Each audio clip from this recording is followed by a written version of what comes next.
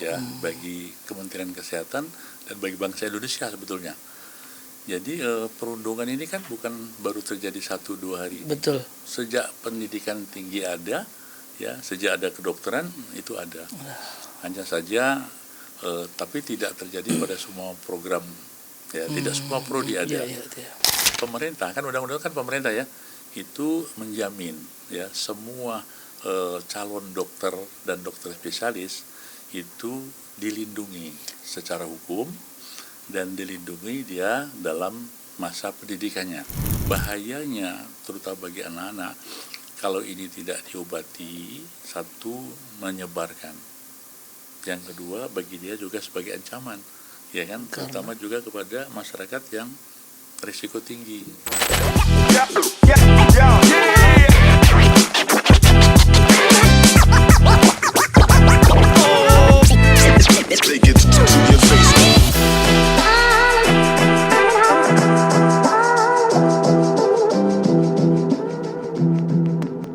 Assalamualaikum warahmatullahi wabarakatuh, rekan-rekan pers.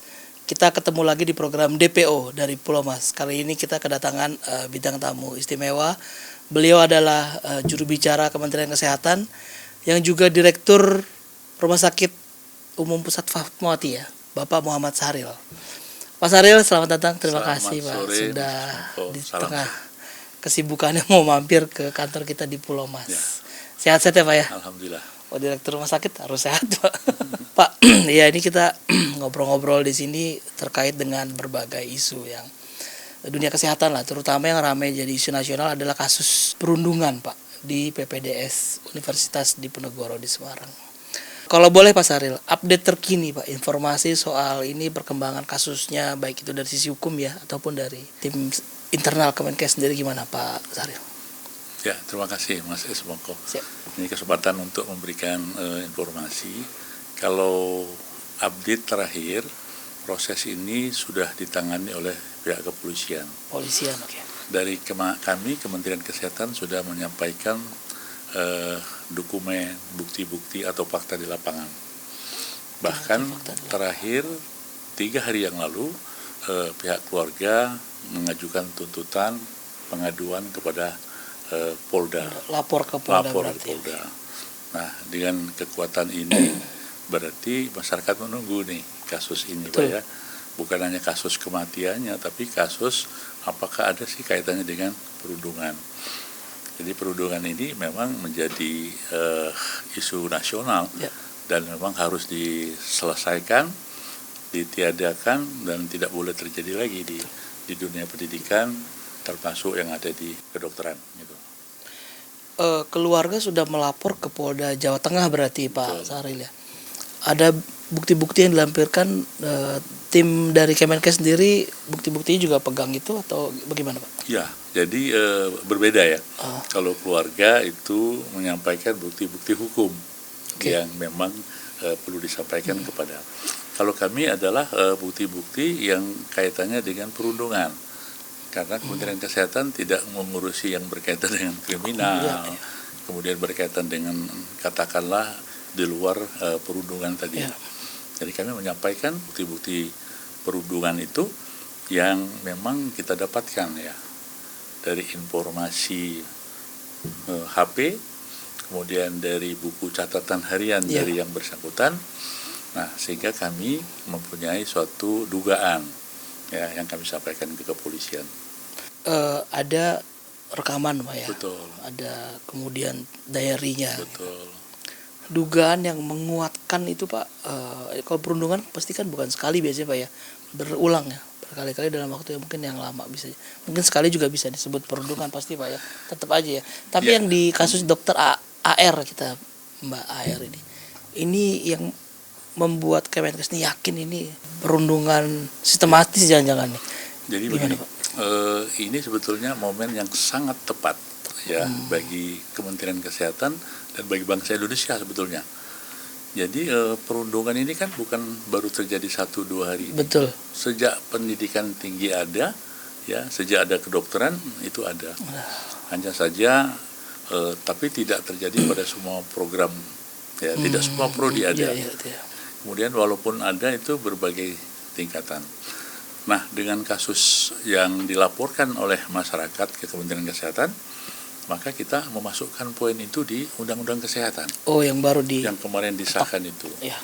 Intinya adalah pemerintah, kan undang-undang kan pemerintah ya, itu menjamin ya semua calon dokter dan dokter spesialis itu dilindungi secara hukum dan dilindungi dia dalam masa pendidikannya, dan tidak boleh diperlakukan yang tidak adil, diperlakukan yang tidak sesuai dengan dunia pendidikan, Jadi ini termasuk perundungan gitu loh Pak. Jadi mungkin saking lamanya atau banyaknya kasus perundungan di dunia pendidikan kedokteran sampai ini masuk ke undang-undang Betul. kesehatan Pak ya. Dan ini berarti udah Tapi disadari nuansa betul. kita begini, kita kan lagi ada program yang disebut dengan transformasi kesehatan. Oke. Ada 6 pilar itu. Ya. Salah satu pilarnya adalah transformasi sumber daya manusia. Kesehatan. Nah, kenapa ini masuk transformasi? Karena kita ingin betul menyongsong Indonesia emas di 2045 ini harus sumber daya manusianya yang sehat, yang berkualitas. Tetapi ingat, bukan hanya sehat berkualitas, tapi juga bermartabat, bermoral, kemudian berbudaya. Nah, dari mulai itulah kita menata ini, Pak. Nah, kenapa Kementerian Kesehatan ikut, bukan cawe-cawe, ikut bertanggung jawab sebetulnya. Perlu Pak cawe-cawe untuk Sangat begini nih, perlu nih. Karena apa? Mereka ini kan sebetulnya sekolahnya kan milik Kementerian Pendidikan dan Kebudayaan, sekolahnya. Menarik nih. Ya, sekolahnya Pak ya. Tetapi gurunya, kemudian tempat belajarnya itu di rumah sakit Di milik Kementerian Kesehatan. Nah, kami Kementerian Kesehatan terpanggil untuk menciptakan sistem pendidikan ya. di rumah sakit itu yang tadi ya. Kita tidak ingin dong, wah ini alumni dari mana rumah sakit ini, tapi dokternya seperti ini gitu ya. Begini. Nah, laporan-laporan yang ada itu akhirnya kita tampung Pak. Ini ada instruksi Menteri Kesehatan, ya. Instruksi Menteri Kesehatan. Bulan Juli tahun 2023 baru sebagai tindak lanjut dari rancangan undang-undang dan menjadi undang-undang kan. Undang Kesehatan. Intinya adalah instruksi di mana Menteri Kesehatan menginstruksikan kepada direktur rumah sakit agar melakukan upaya-upaya pencegahan preventif ya tentang perundungan ya, kemudian upaya-upaya untuk melakukan promosi, sosialisasi dan edukasi. Kemudian yang ketiga, upaya-upaya untuk melakukan apabila terjadi. Nah, jadi di situ jelas sekali disebutkan apa sih yang masuk perundungan. Jadi supaya masyarakat juga tahu nih definisinya itu seperti apa, kategorinya apa saja. Itu ada 4 Pak ya. Jadi satu adalah perundungan yang bersifat verbal. Oke. Jadi kan verbal itu kayak kita lah, kan dia selama 4 tahun tuh pendidikannya 4-5 tahun. Kalau ada kata-kata yang tidak layak disebutkan oleh seorang seniornya dengan ya kebun binatang, dengan cacian dan sebagainya, kan kalau itu disampaikan hampir tiap hari kan membuat orang itu kan jadi tidak suka. Yang kedua adalah perundungan yang bersifat fisik itu kontak fisik nih berarti ya. Ada yang dipukul, mungkin ada yang dihukum dengan push up, mungkin suruh berdiri. Kalau push up kan nggak kena nih Pak, nggak ada kontak, tapi masuknya fisik ya? Masuk fisik, karena di fisik kan melakukan itu. Dan macam-macam, ada yang dicubit macam-macam. Nah, yang ketiga adalah perundungan bersifat cyber. Yang saat ini kan cyber Pak. Doxing ya? Iya, orang ngirim meme-meme. Iya. Oke. Yang menjelek-jelekan orang itu juga masuk dalam perundungan. Karena kan bisa dibaca di WA group dan sebagainya. Nah, yang paling banyak laporan, jadi kami ini mendapat laporan per 6 September itu 1857 laporan. 6 September 1000. Setelah dibukanya kanal tadi. Jadi siapapun boleh ya melaporkan, akan dilindungi, kemudian akan ditutupi identitasnya. Ini paling banyak dari mana Pak? Kenapa? Paling banyak laporan datang dari mana Pak? Paling banyak itu ada salah satu universitas negeri juga di kita. Ya. Jadi Jakarta. Berimbang ya, sama berimbang. Tapi yang terbanyak dari 1, 2, 3 ya, yang ini yang 4. Nah, yang 4 ini bukannya verbal, bukannya fisik, bukannya cyber tadi, tapi adalah di luar itu. Contohnya Pak? Penarikan iuran. Oh, pemerasan, Ya, pemalakan. itu istilah wartawan Istilah kita. tapi kita menyebutnya adalah iuran. Ya, Pungli dong. ya. Tapi itu bukan digugakan untuk pendidikan mereka sebetulnya. Karena mereka kan sudah bayar nih. Uang kuliah udah bayar. Ada mereka. resminya betul, UKT Resmi. segala macam. Yang disebut dengan UKT itu ya. Ya. Ya, uang kuliah tunggal ya. Jadi orang udah bayar sudah. Nah, di luar itu dia bayar lagi.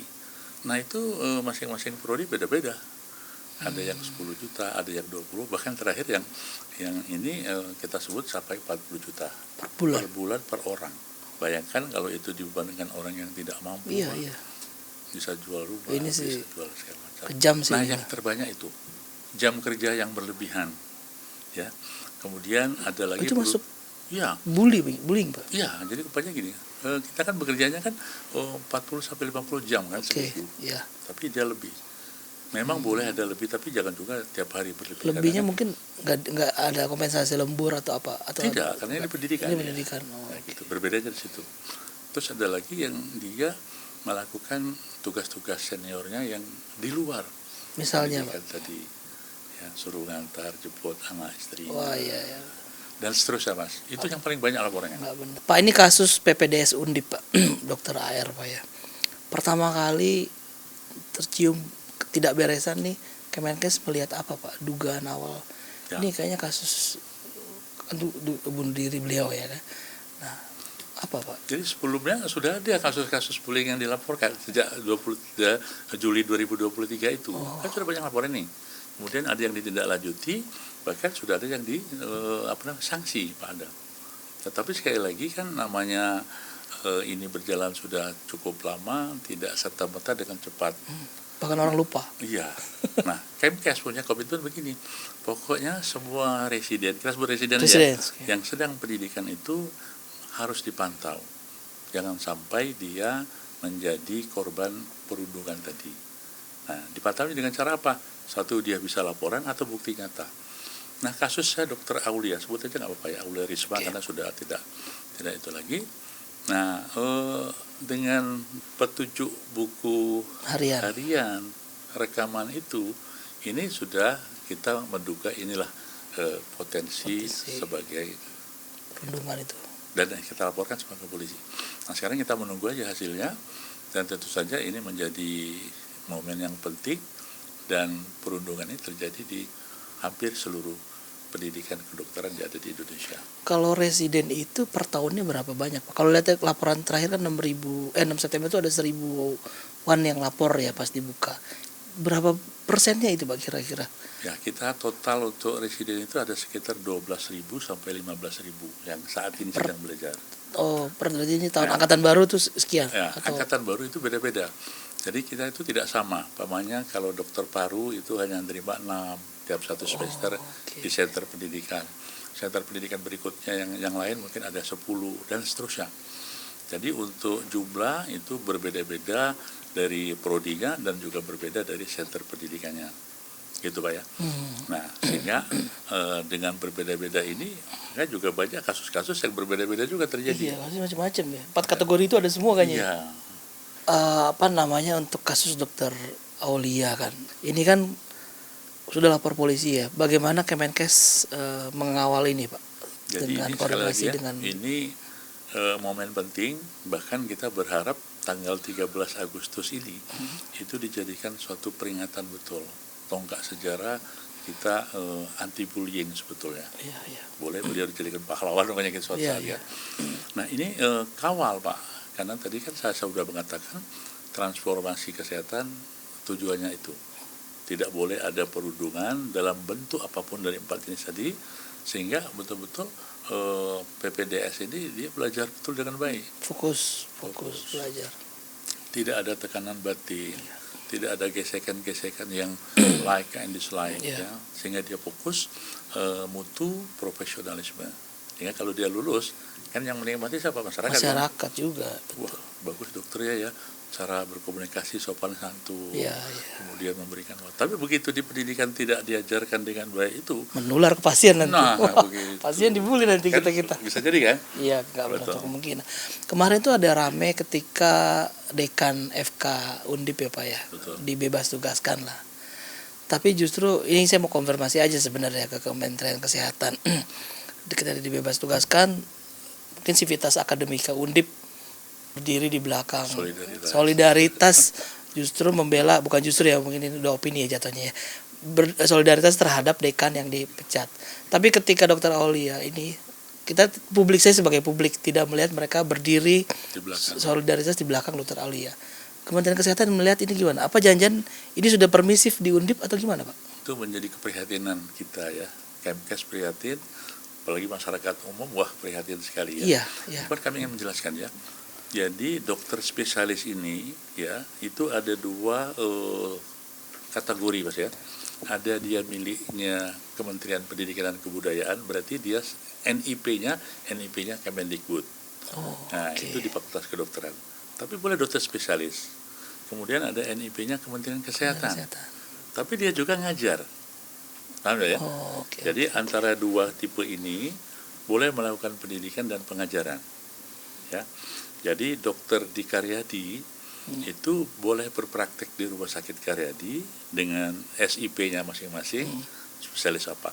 Nah, dari Kementerian Pendidikan dan Kebudayaan, dosennya Kementerian Pendidikan dan Kebudayaan boleh praktek di Karyadi.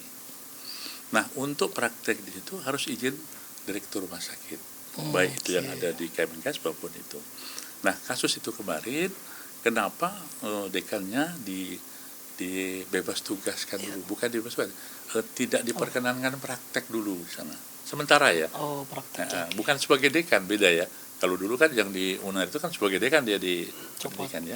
Kalau ini dia dibebas Tapi fungsi sebagai dekannya masih. Masih enggak ada masalah. Hanya praktek. Jadi jangan. Kenapa kok begitu? Karena ada indikasi memang kita membutuhkan kenetralan semua pihak. Berarti Kemendikbud nggak melakukan apa-apa nih, Pak? Karena ini rumah tangga kita kan. Nah, boleh, ya kan? Kemenkes kasih sanksi nih. Iya. Tapi sebagai dekan dia di kampus, Kemendikbud nggak ada. Belum, makanya kita tunggu. Hari ini kan baru muncul nih Dirjen Diktinya Kemendikbud memberikan suatu langkah dengan membentuk tim pencari fakta gitu ya. Saya penanya cuman nggak enak, bukan ranah Bapak. Kemendikbud seperti terkesan agak terlambat, Pak. Kenapa, Pak? Ya, saya kira masyarakat yang bisa menilai. Nah, tadi ditanya. Oke, Pak, lanjut aja. Ditanya alumni FK Undip. Yes. Ya, itu kan teman-teman kita juga. Betul. Memang satu sisi agak prihatin kita, kok itu dekannya tidak boleh praktek di sini, mereka solidaritas. Ya. Pasang badan. Tapi seharusnya memang tadi Mas Spongko mengatakan harusnya pada saat Dokter Aulia meninggal, dia juga harus melakukan solidaritas untuk mengusut tuntas apabila itu suatu perundungan. Apakah kita yang tidak tahu, memang tidak ada, kita nggak tahu. Nah, Pak. inilah kita akan buktikan nanti. Nah, keprihatinan ini kita akan jawab nanti. Mudah-mudahan yang solidaritas tadi akan berpikir lebih jernih gitu ya. Mana yang harus didukung, mana pun tidak. Dan ini bukan politis loh ya. Beda. Iya, betul. Nggak ada politik-politik, ini semua nyawa ada. orang. Nyawa orang. Betul. Pak. Ada satu lagi juga ramai wawancara guru besar ya, profesor di Undip juga soal beberapa bantahan lah, membantah pengakuan almarhumah ya. Seperti misalnya iuran itu nggak setiap bulan kok, sekali gitu, ada ngomongnya begitu kan. Terus itu karena di bendahara gitu segala macam. Ini gimana? Kita lihat dari ini sih tebak-tebakan opini aja ya. Kok posisinya dia di mana ya? Bukan di korban atau gimana, Pak? Dari Kementerian Kesehatan melihat gimana, Pak? Ya, sebut aja lah sekarang namanya. Boleh, Pak, namanya, Pak. Profesor Zainal Mutakin. Okay. Beliau ini juga sekarang sudah sejak dirancangnya undang-undang kesehatan, karena terjadi kontroversial yang membuat akhirnya beliau kita tidak boleh praktek di Karyadi. Jadi sejak tahun 2022 yang lalu. Ini orang yang sama? Iya, ya, bukan Zainal Mutakin, bukan dekan ya. Iya. Jadi dia dilarang. Nah, sejak itu mungkin ada suatu upaya-upaya untuk itu. Nah, termasuk beliau membuat suatu statement ini setelah saya cek ke teman-temannya, dia tidak atas nama Fakultas Kedokteran, atas nama pribadi, yang sebetulnya dia juga mencoreng alumni mereka. Iya, jadi nggak mewakili siapa-siapa itu ya. Tidak mewakili ya. Nah, untuk itu harusnya tadi ya, kalau seorang guru besar harusnya berduduk dalam posisi keadilan dan mendukung misi-misi pemerintah. Ini kan tujuannya ke masyarakat. Nggak ada aneh-aneh ini ya. Itu ya. Betul. Tapi Pak melihat ke depan nih Pak, Kementerian Kesehatan kan udah diatur di undang-undang Pak ya, ada turunan aturan apa ya, segala macam. Sanksi paling tegas ini kan bisa, kalau pidana polisi ada aturan sendiri Pak ya. Kalau dari Kementerian Kesehatan bagaimana Pak? Turunan sanksi soal ini Pak? Dengan instruksi Menteri Kesehatan, tapi kita nanti berharap ada kolaborasi yang bagus antara Kemendikbud dan Kemkes untuk sama-sama menyepakati sanksi bersama. Oke. Nah, untuk saat ini kami Kementerian Kesehatan hanya memberlakukan kepada, ada 4 Pak yang menjadi sasaran ini. Bisa kepada sesama residen. Residen itu kan jangan dikira sesama. Ada juga gitu ya? Justru mereka yang memberlakukan junior ya Pak. Nah, jadi kalau ada seniornya, kemudian ada dosen, yang ketiga pegawai rumah sakit, terakhir adalah direksi rumah sakit. Jadi keempat hal ini bisa terjadi perundungan oleh mereka dengan derajat yang berbeda-beda. Nah, sanksinya apa? Ada 3 di dalam instruksi Menteri Kesehatan itu. 1 ringan, sedang, dan berat. Nah, kalau berat, kita mengembalikan peserta didik itu ke fakultas dan tidak boleh lagi praktek atau melanjutkan pendidikan di rumah sakit ini. Ini sudah terbukti di Hasan Sadikin Bandung. Dia betul-betul dikeluarkan karena sudah betul-betul masuk kategori berat. Dikeluarkan dari DO maksudnya Pak? Atau rumah sakit. Dari rumah sakit dulu. Tapi kita bisa serahkan. dipraktek di tempat lain? Bukan, diserahkan dulu ke, dia kan masih mahasiswa nih. Masih mahasiswa. Nah, ternyata dari Fakultas Kedokteran juga langsung mengeluarkan dia. Karena sama linear ya. Linear. Nah, itu. Kategori tindakannya yang dianggap ringan, sedang, berat itu apa? Ada contohnya. Berat itu, ya katakanlah berat itu memang sudah di luar batas Pak, 1, dan dilakukan berkali-kali, berulang, dan kemudian juga secara tersistematis. Sistematis. Dan merugikan korpsnya prodi, merugikan rumah sakit, dan juga merugikan fakultas Pak. Itu yang dikatakan kategori berat. Nah, kalau itu dilakukan oleh pamannya staf pengajar, ya, nah staf pengajarnya ada 2 tadi ya, dari Kementerian Pendidikan maupun dari Kementerian Kesehatan. Kalau Kementerian Pendidikan, kalau dia berat tadi juga, dia tidak boleh lagi mengajar dulu di sini selama 12 bulan. Jadi dia hanya mengajar dicabut dulu Pak. Sementara tapi? Ya, 12 bulan tadi Pak. Setahun. Kan evaluasi itu Pak. Ya. Oh, bisa diperpanjang juga aja? Ya, bisa. Tergantung itu kan kalau di Kementerian Kesehatan ataupun PNS itu ada aturan-aturan disiplin kepegawaian. Masuknya ke masuk kategori situ aja itu Pak. Jadi penurunan pangkat ada, penurunan penundaan gaji dan sebagainya. Tunjangan segala macam itu. Itu berat. Kalau yang sedang dia hanya peringatan tertulis. Kalau korban Pak residen ini paling banyak itu laki atau perempuan Pak? Ada data soal belum itu, mendata laki dan perempuan ya. Kami cuma kemarin mendata 1 asal perguruan tinggi, yang kedua adalah jenis perundungannya. Ya. Boleh disebut nggak Pak? Paling banyak kampus mana nih Pak? Fakultas FK kampus mana? Jakarta, Jawa Barat? Ya, Jakarta ya. Jakarta kampus negeri di mana ya? Tapi itu di luar Jakarta juga ada. Ya, seperti halnya di Medan, Pak ya, kami sebut aja nih ya. Yang di ada Malik, Medan juga ada. Ada ya. Ada. Dan semuanya ada yang sudah ditindaklanjuti dan diberikan sanksi. Teguran itu. Oh. Tetapi belum termasuk berat kecuali yang dari Bandung tadi Pak. Hasan Sadikin. Karena itu ya udah di luar batas saja. Sebesar apapun perundungan tetap di luar batas Pak memang ya. Itu tadi kan ada kategori perundungan yang berupa pemalakan, pemerasan kita sebut saja Pak ya. Untuk kasus Dr. Aulia Pak, sudah berapa uang yang keluar dia Pak? Ya, jadi yang data kita sampaikan ke kepolisian dari catatan rekening itu kita ada semua bukti Pak ya, kita serahkan. Tapi itu biar diproses secara hukum. Jadi kami mendapatkan data itu 1 orang di angkatan dia. Kan ini kan per angkatan dulu Pak. Kita nggak mau menghitung yang lain, karena beda-beda. Itu antara 20 sampai 40 juta per orang per bulan. Tapi cuma 6 bulan 1 semester. Oke, 6 bulan. Berapa orang itu Pak? Nah, saya nggak tahu jumlahnya berapa ya. Mereka itu rata-rata sekitar 8-10 orang satu angkatan. 10 orang. Begitu dia sudah naik kelas, bawa lagi gitu Pak. Jadi begitu Pak. 10 orang 20 juta 200 juta sebulan. 6 bulan ya. Wah. 1,2 ya? Besar Pak ya? Besar Pak. Kalau lamanya pendidikan tuh PPDS berapa lama sih Pak? Beda-beda ya. Rata-rata 4 sampai 5 tahun. Wah, Lama panjang Pak. tuh, ya. Panen dong tuh pembuli ya. Itu untuk pemalakan ya. Ya, walaupun mereka menyangkal begini, uangnya digunakan bersama Iya, loh digunakan katanya bersama kan. buat makan ini gitu Pak ya. Tapi gimana Pak? Melihat resisten seperti itu, Kemenkes melihatnya gimana Pak? Ya tadi semua bentuk pembulian dilarang, gitu aja. Ya, Apapun bentuk alasannya. apapun ya.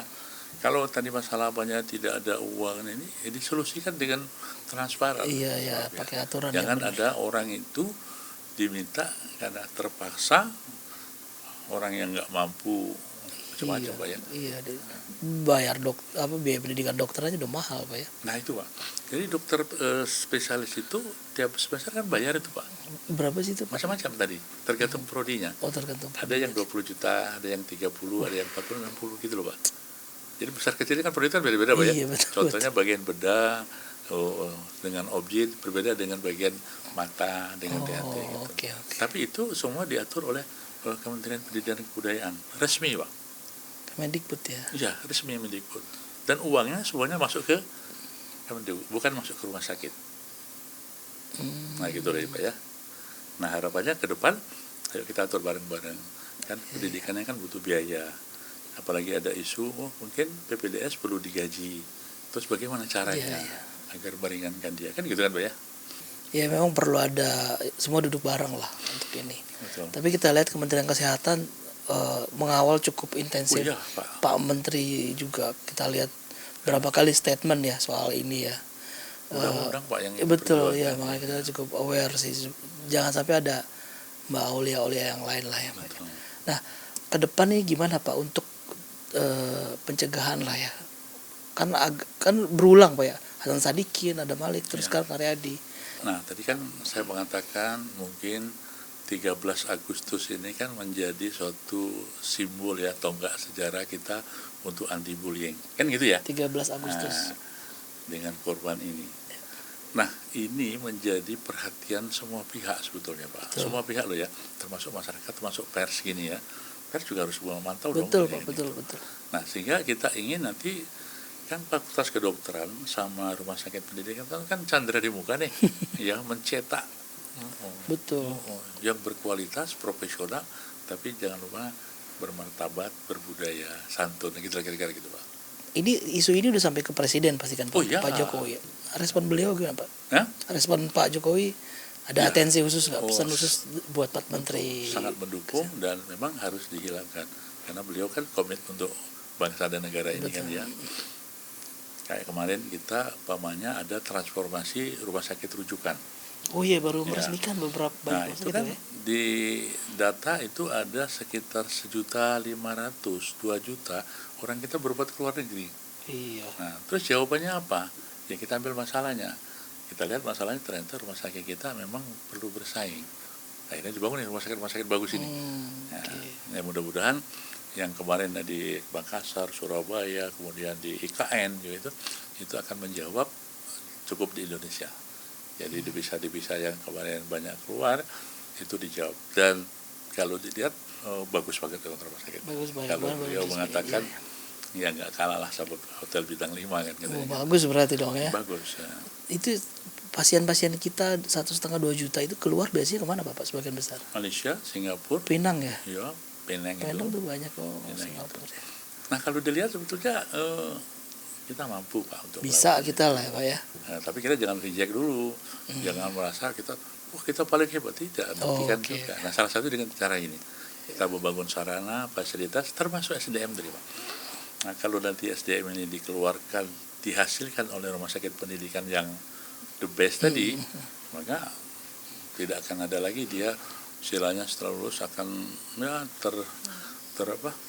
tertinggal sejarah hatinya begitu menderitanya selama pendidikan gitu kan. Jadinya balas dendam. Dia happy. Iya, harus gembira lah. Betul.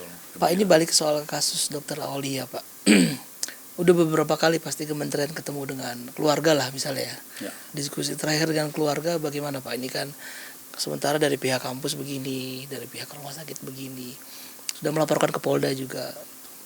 Harapan keluarga yang disampaikan kepada Kementerian Kesehatan. Ya, kalau kita melihat story-nya ya dan akhirnya pihak keluarga memang baru melaporkan. Akhirnya Karena kemarin melapor. kan masih dalam berduka lah ya.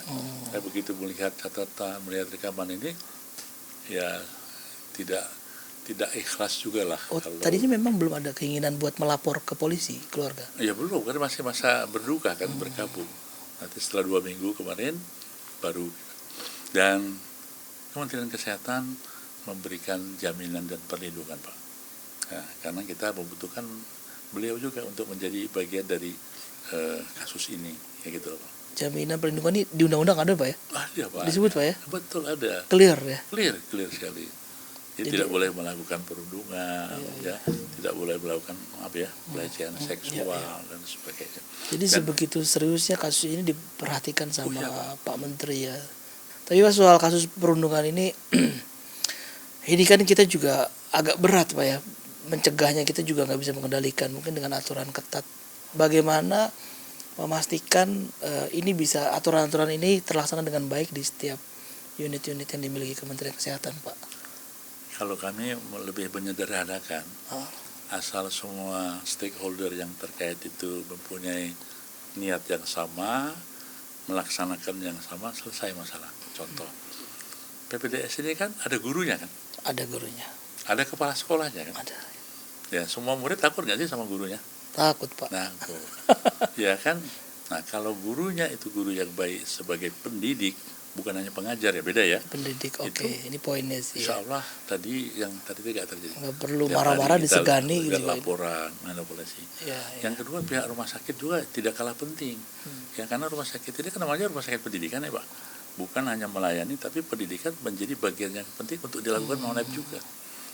Nah, kalau sama-sama melakukan itu, nah terakhir tentu saja residennya itu dengan dibukanya kanal ini berkesempatan dia untuk menyampaikan. Lapor langsung. Dan ternyata sekarang lihat ya, sampai 1.800 sekarang Pak yang dilaporkan.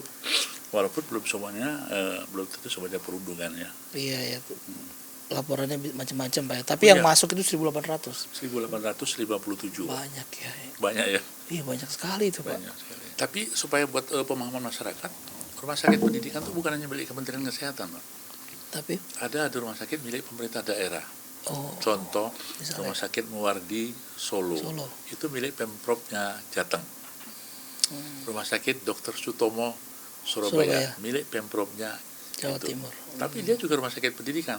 Nah, sehingga dalam hal ini harusnya bukan hanya Kementerian Kesehatan, Kementerian Dalam Negeri pun harus mempunyai cawe-cawe lah istilahnya. Stakeholder tadi harusnya semua.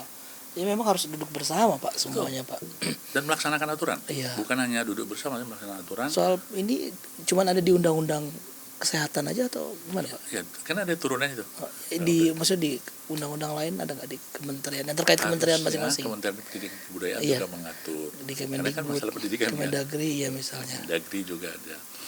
Dan tentu saja nanti mengerucut, ya ujung-ujungnya ya semua tidak memperkenankan adanya perundungan kan gitu kan Pak ya? Iya, poinnya sih itu sebenarnya. Betul. Pak, ini kita banyak ngobrol soal perundungan. Ada satu lagi juga yang ramai Pak, kasus Mpox ya. Cacar monyet nih Pak Sahril. Saya sendiri agak bingung-bingung nih cacar monyet nih. Kan cacar air kan biasa kita dulu semua ada. Ya.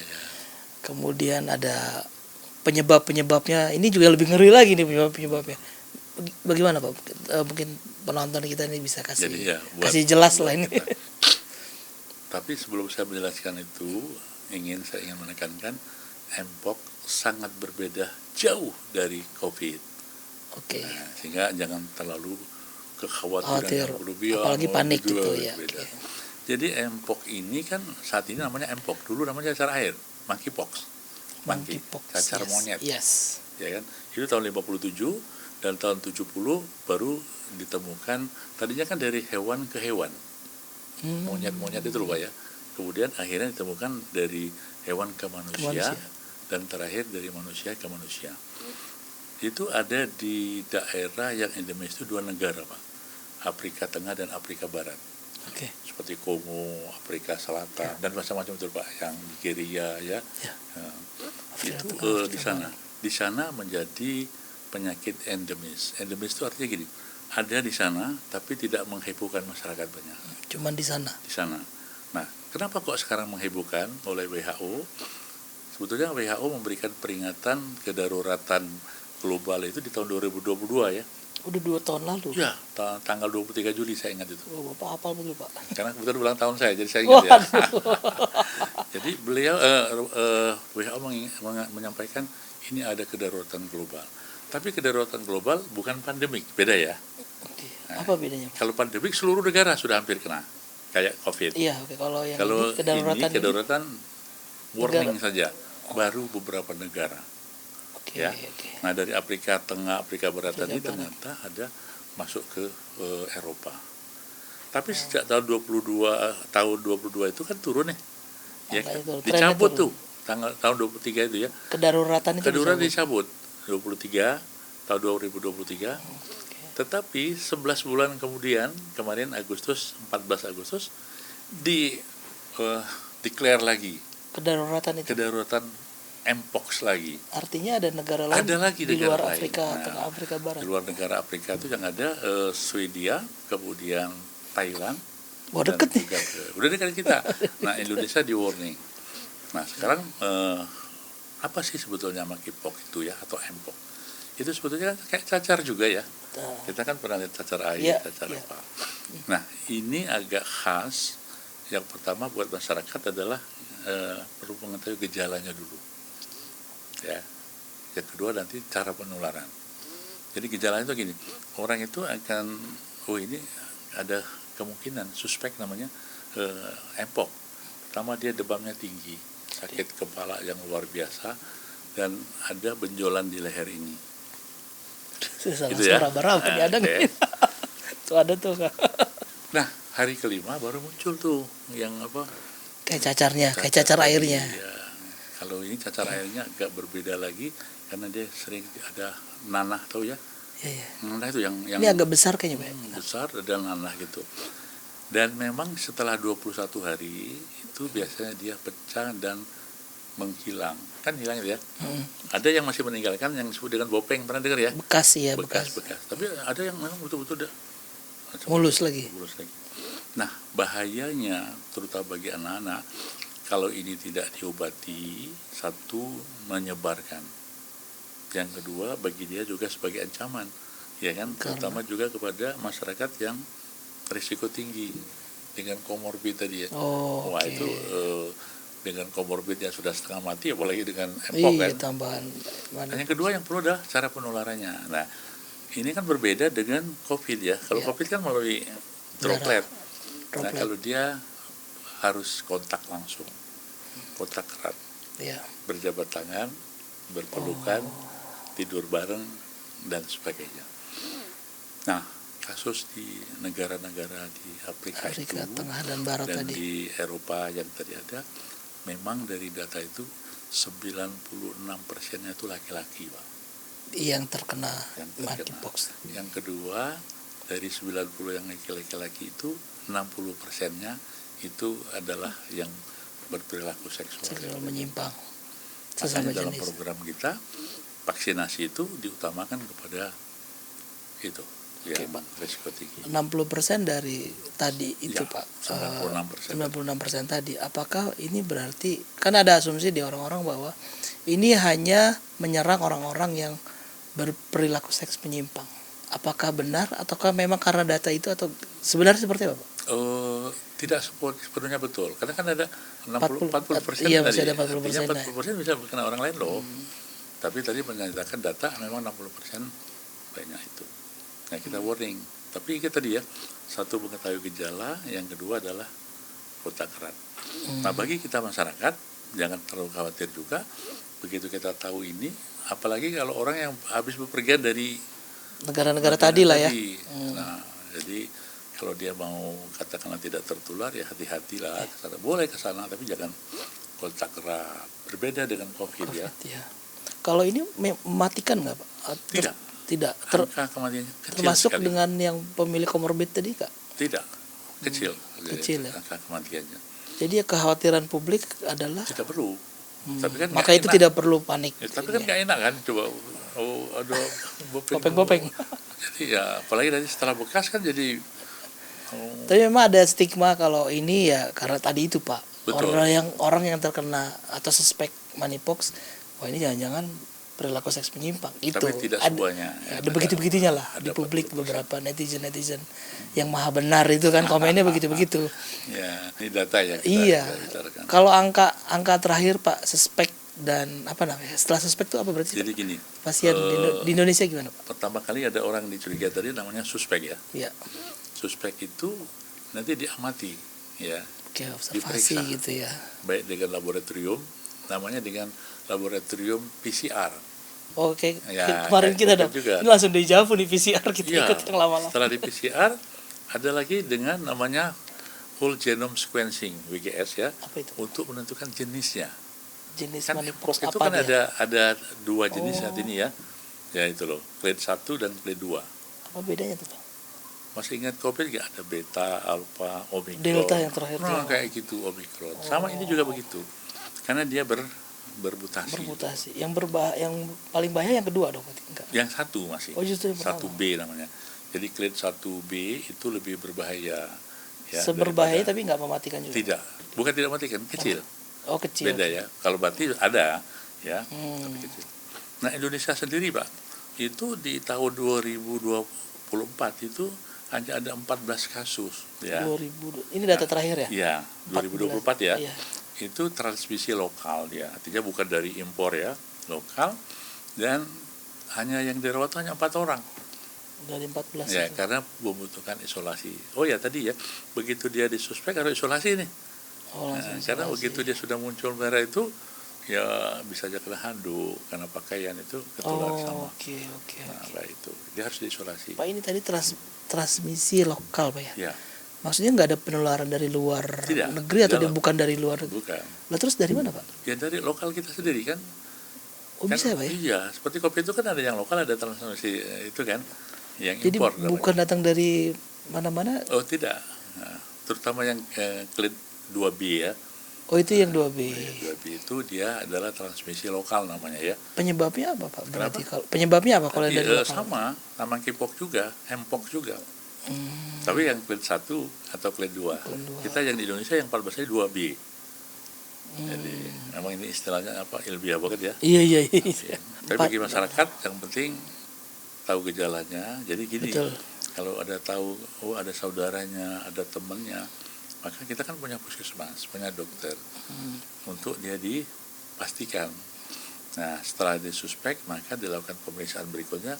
Kalau memang dia positif, ya harus diisolasi dulu. Nggak boleh kemana-mana. Gitu loh. Demam, benjol, Hmm. ada nanahnya, Ya, isolasi. seluruh badan. Seluruh Ya. badan. Cek pinggir. Ya, Isolasi. ya, tapi kita juga kalau lihat orang maaf ya hanya sedikit aja, padahal bukan monkeypox, kita juga nggak enak ya, Maksudnya, betul ya. Betul. Tapi ini obatnya ada Pak. Kenapa? Obatnya ada. Nah ini ada dua ya. Obatnya saat ini masih yang bersifat simptomatis namanya. Simptom ya. Jadi simptom itu hanya gejala aja, dia panas, kasih Iya. penurun panas. Tapi juga yang ada disebut dengan antivirus ya, itu kan virus ya. Nah, itu sudah diberikan. Dan saat ini juga kita mengadakan vaksin untuk mpox.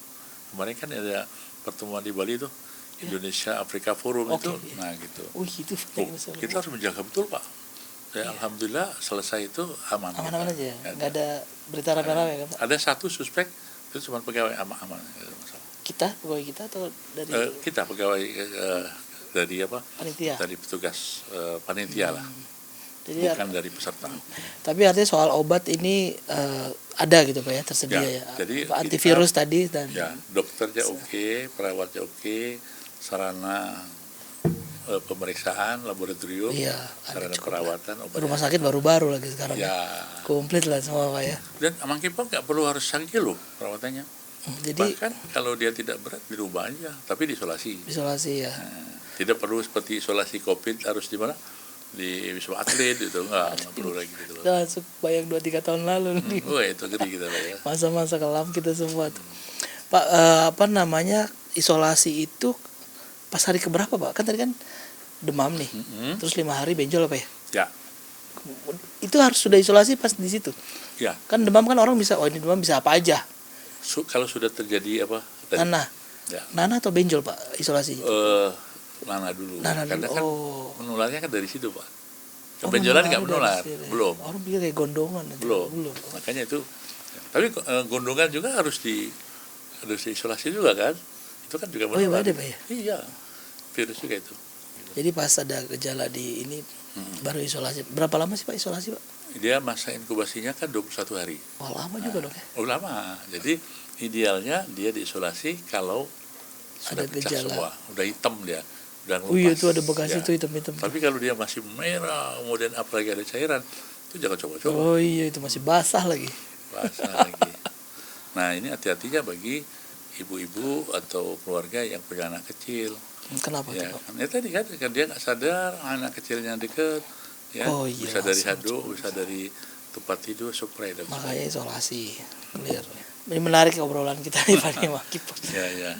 Mungkin Pak yang mau disampaikan soal monkeypox ini buat publik ini apa Pak? Biar gak terlalu panik, biar orang lihat tadi apa Pak yang mau disampaikan soal. Jadi gini, buat masyarakat kita, memang kita harus aware ya, peduli dengan semua penyakit sebetulnya. Semua Pak ya. Nah, kan secara umum penyakitnya kan ada bagi dua ya, penyakit yang menular dan penyakit tidak Tidak menular. menular.